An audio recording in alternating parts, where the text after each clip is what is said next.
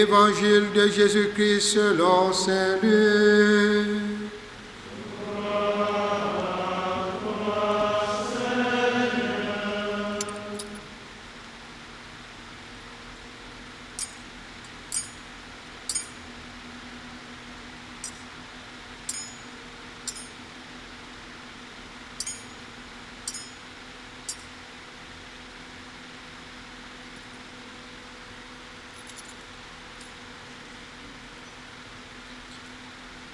En ce temps-là,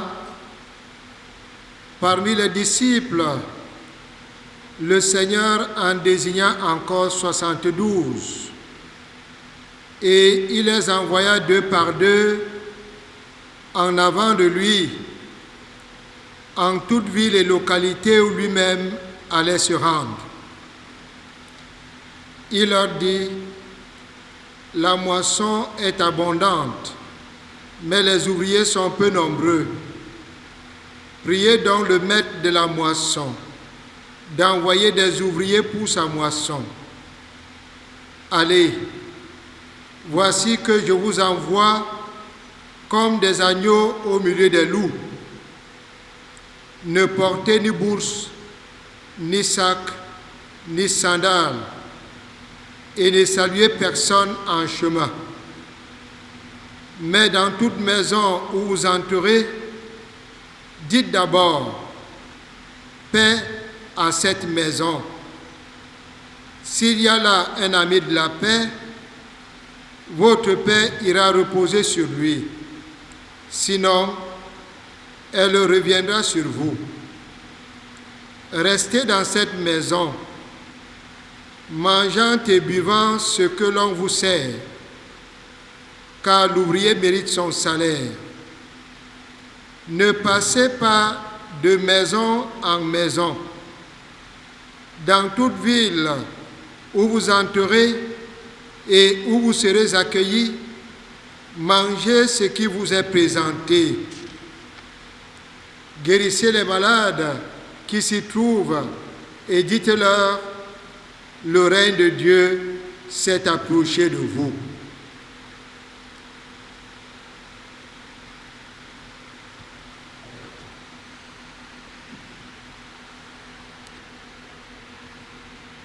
Acclamons la parole de Dieu.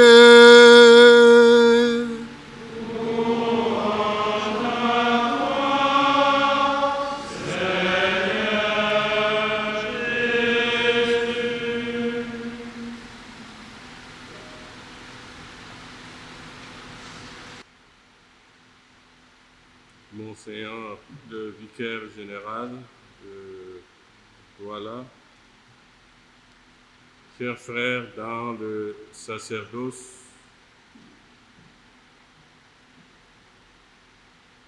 chers fidèles du Christ, chers séminaristes, à vous tous, à nous tous, bonne fête. Nous célébrons la fête de l'évangéliste Saint Luc.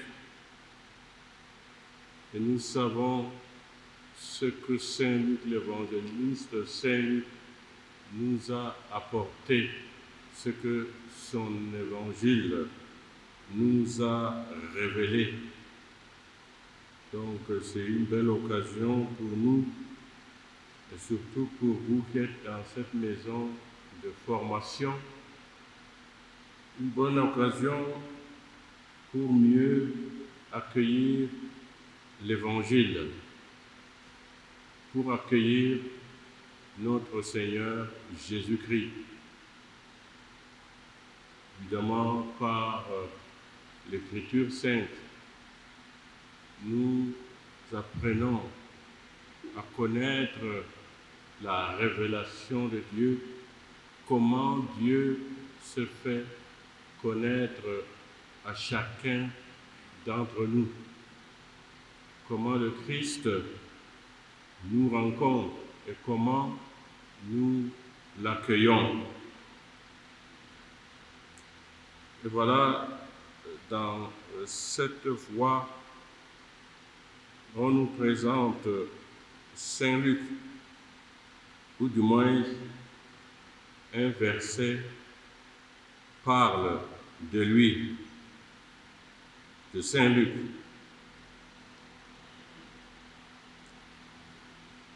Luc est seul avec moi.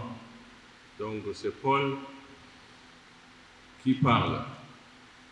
Donc on dit souvent que voilà, Luc était un disciple de Paul, qui l'accompagnait donc Paul, puisque le texte le dit clairement. Et ce qu'il a recueilli de Jésus-Christ ou de Paul, c'est que le Seigneur est au milieu de nous pour nous manifester la miséricorde de Dieu le Père, pour nous manifester la bonté de Dieu, pour nous dire que le Christ qui est au milieu de nous nous aime, qu'il accueille tout homme, surtout les pauvres, ceux qui sont abandonnés. Et tous ces gens, tous ces pauvres, voilà, ont une place particulière dans l'Évangile selon Saint Luc.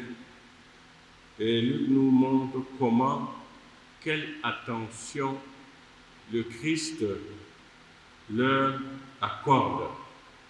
Voilà. Nous avons, n'est-ce pas, des enfants de parabole de l'enfant prodigue qui revient, qui a tout dépensé. Son père l'accueille.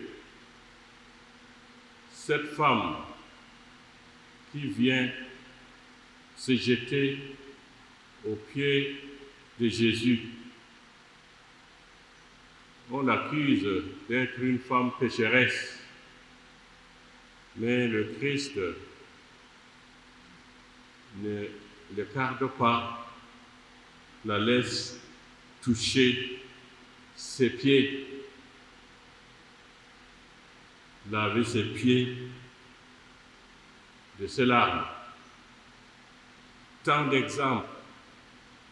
Voilà, nous avons donc le Christ qui est pardon, qui est amour, qui est bonté, qui est tendresse. C'est ce que l'évangéliste Luc nous présente. Donc Luc était donc de charger de mettre par écrit cet enseignement. Et dans l'évangile, par contre, nous avons un autre point important, l'envoi des disciples en mission. 72 disciples que notre Seigneur envoie en mission. Et nous avons ici même, le sens de ce qu'on appelle la mission. Voilà. Tout d'abord, ces gens qui sont choisis, à qui notre Seigneur confie une mission d'aller proclamer la bonne nouvelle. Ce qui nous montre que chacun d'entre nous est chargé de porter la bonne nouvelle. Et ici, le Christ nous invite à prier pour qu'il y ait assez d'ouvriers, des gens qui disent oui au Seigneur et acceptent d'être envoyés. La moisson est abondante, mais les ouvriers sont peu nombreux. Priez donc le maître de la moisson d'envoyer des ouvriers pour sa moisson. Allez, voici que je vous envoie comme des agneaux au milieu des loups. Cela est important pour nous. Le Seigneur a appelé chacun d'entre nous. Il nous envoie en mission pour proclamer la bonne nouvelle. Et ici, le point le plus important sur lequel il faut insister, quel est le profil? Vous savez, quand on fait, quand on présente un emploi, on décrit ce qu'on décrit, on décrit le profil, c'est-à-dire comment celui qu'on doit recruter, quelle qualité, d'abord, quel diplôme il a, quelle qualité d'homme il est. Est-ce que c'est un travailleur? Est-ce que c'est un homme paresseux? Voilà le profil. Mais ici, nous avons nous aussi une sorte de profil que nous devons avoir, nous que le Seigneur appelle. Et cela est important pour pouvoir répondre à l'appel du Seigneur. Sans cela, nous ne pouvons pas être disciples. On dit voilà, je crois que ce qui détermine ici, c'est ce que le Christ nous dit lui-même, ce profil-là. Ne portez ni bourse, ni sac, ni sandales. Voilà. Alors ici, nous avons quel type, n'est-ce pas, de disciple, quel profil? Il ne faut rien emporter. Absolument rien. Partez. Oui. Ne portez ni bourse, ni sac, ni sandales. Ah oui. C'est-à-dire, partez dans une attitude de pauvreté extrême, ce qui permet ici de faire confiance au Seigneur. Voilà ce qui est demandé à chacun d'entre nous. Partir sans rien emporter, sans s'inquiéter pour savoir qu'est-ce que j'aurai, est-ce que je ne mourrai pas de faim? Non, partez. Et c'est cela, et ça s'apprend. C'est ce que vous avez à apprendre ici. Nous tous, quand nous passons par le séminaire, c'est pour apprendre cette attitude de pauvreté, ce qui nous permet de faire don de manière totale de notre vie au Seigneur. Et cela va contre nos projets parce que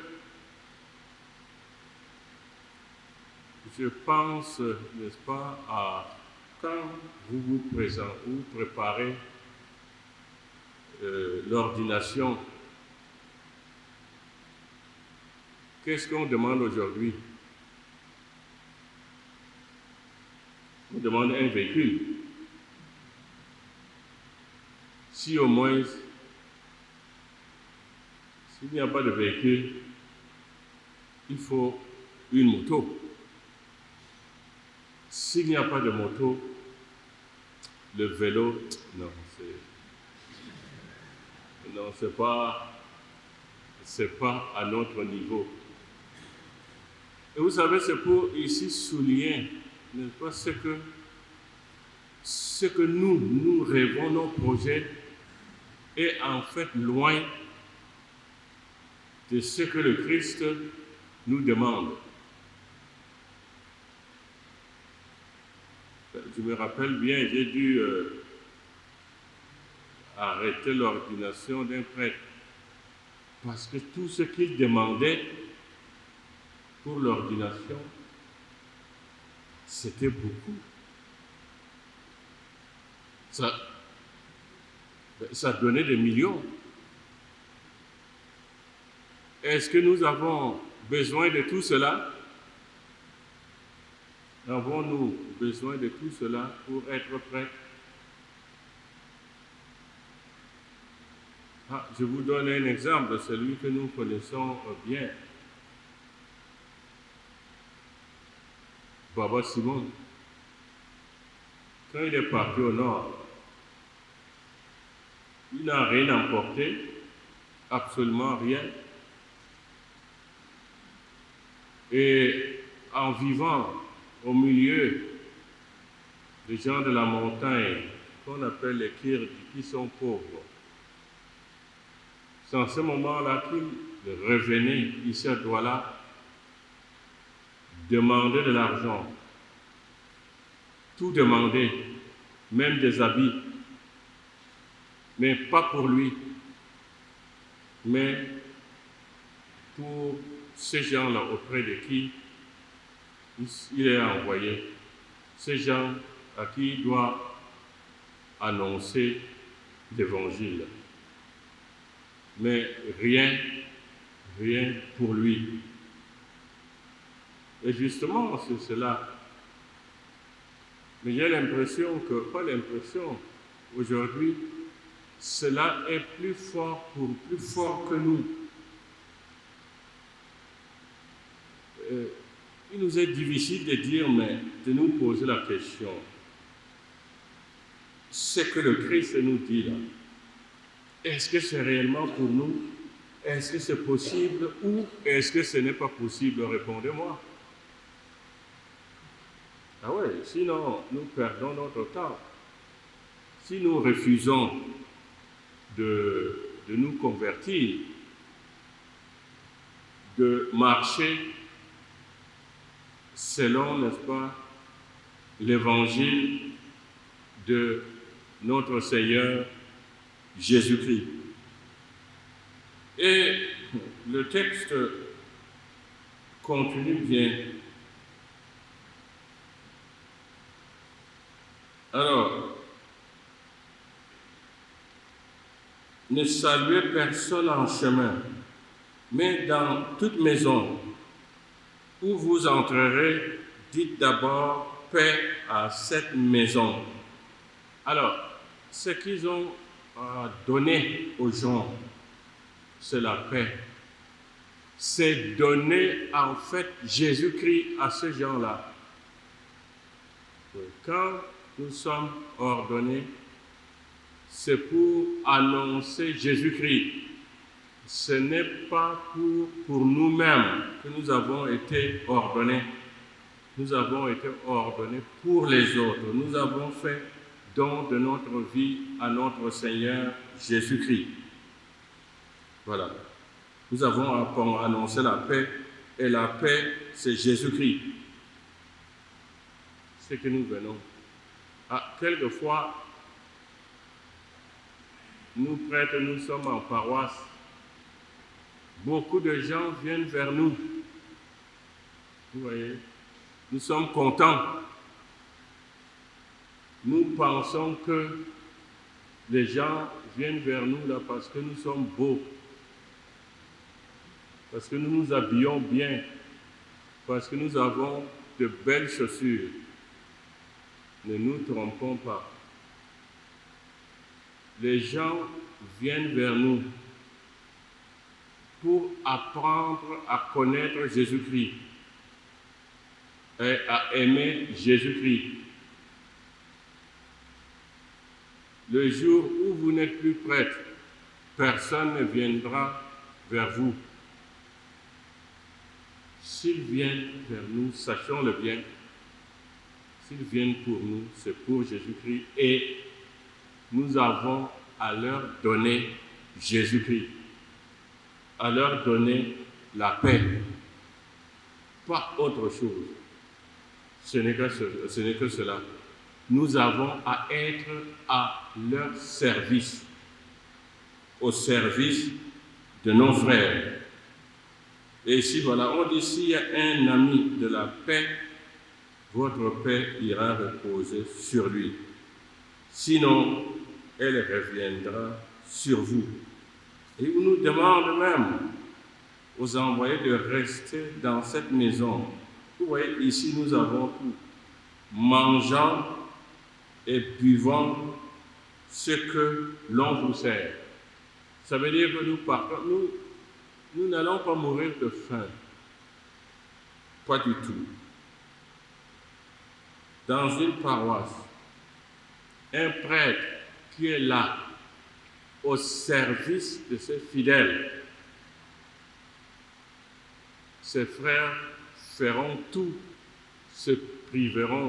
vont se priver de tout pour donner à manger à leurs prêtres. Le peu qu'ils ont, ils vont le donner à leurs prêtres. Lorsque réellement le prêtre est là pour eux, le prêtre est là pour leur apprendre à aimer Jésus-Christ. Ils feront tout. Et le Christ le dit donc, l'ouvrier mérite son salaire. Nous donnons Jésus-Christ. Les gens nous prennent en charge. C'est cette attitude de confiance totale en Jésus-Christ que nous devons avoir.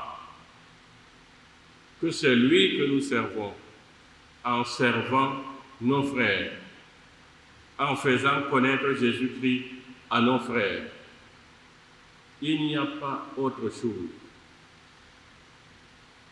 Si déjà chacun d'entre vous cherche, voilà, sans doute il y a certains parmi vous qui rêvent déjà à cela, le jour de son ordination, qu'est-ce qu'il aura? Qu'est-ce qu'on va lui offrir? C'est d'abord ça. Et c'est même, il y a même une sorte de concurrence. On dit tel a ceci, tel a cela. Et il semble qu'au Nigeria, quand on ordonne, on désigne le type de véhicule qu'il faut donner au prêtre. C'est ça? Mais voilà le sacerdoce. Le sacerdoce correspond à un moyen de locomotion. Le sacerdoce, c'est une voiture. Vous voyez combien nous sommes pauvres arrivés à ce niveau-là. Même s'il faut marcher à pied, il le faut. On a donné le témoignage, ça je ne le savais pas parce que un prêtre avec qui j'ai travaillé, j'étais pour présenter mes condoléances à sa famille, à son diocèse.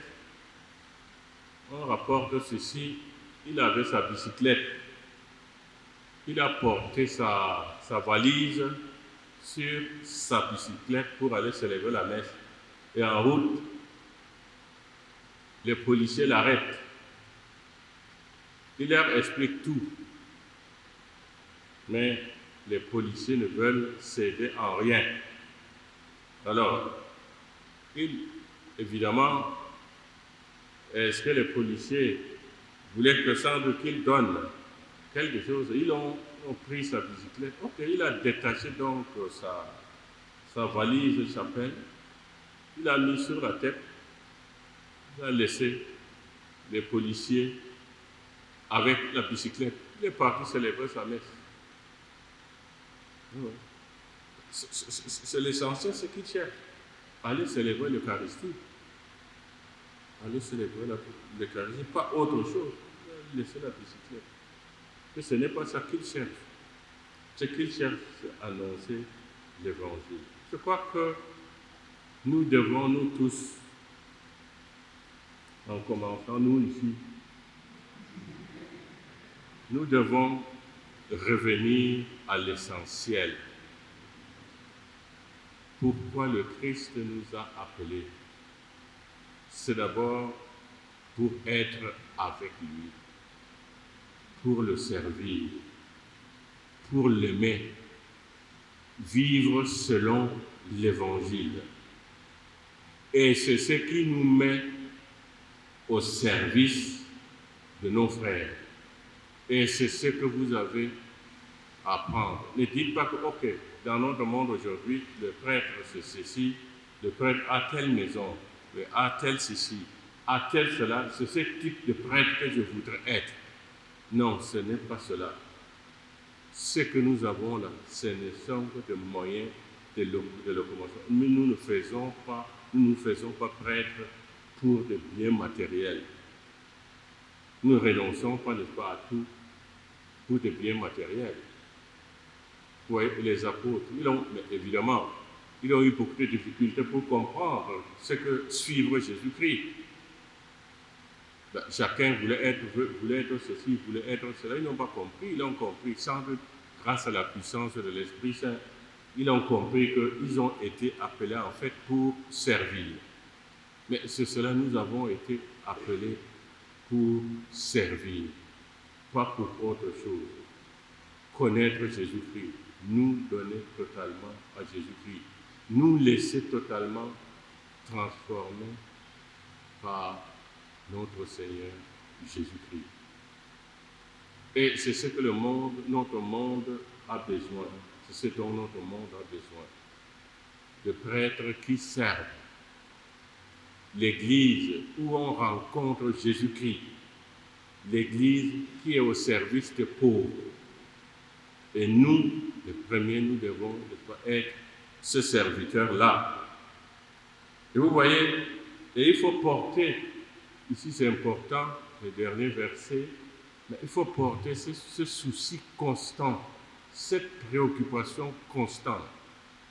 Proclamer partout l'évangile qui est message de salut, l'évangile qui est Jésus-Christ, la bonne nouvelle qui sauve, Jésus-Christ qui sauve. C'est lui que nous avons à annoncer. Nous avons à annoncer, pas autre chose. Et dans Saint Jean de la Croix, vous avez, sans doute vous le connaissez, vous voyez, il y a un texte où voilà ce que nous avons annoncé. Allez dire aux hommes, allez faire connaître aux hommes le visage de Jésus-Christ. Et on emploie même cette expression, faire connaître au monde entier le beau visage de Jésus-Christ, que c'est lui qui sauve et c'est lui que nous avons à annoncer. Nous devons autant que possible disparaître avant tout. Vous voyez, avec le temps, on peut monter, on a été ici, mais au dernier moment, nous nous retrouvons face à notre Seigneur Jésus-Christ. Lui qui a donné sa vie pour nous. Lui qui nous aime, malgré toutes les difficultés que nous pouvons avoir, mais il est avec nous. Et c'est lui, c'est notre richesse. Vous voyez, disait l'apôtre Paul. Et qu'est-ce qu'il a fait? Il a renoncé à tout. Maintenant, il a tous les biens du monde. Tous ces biens du monde, là, c'est quoi? C'est la connaissance de Jésus-Christ.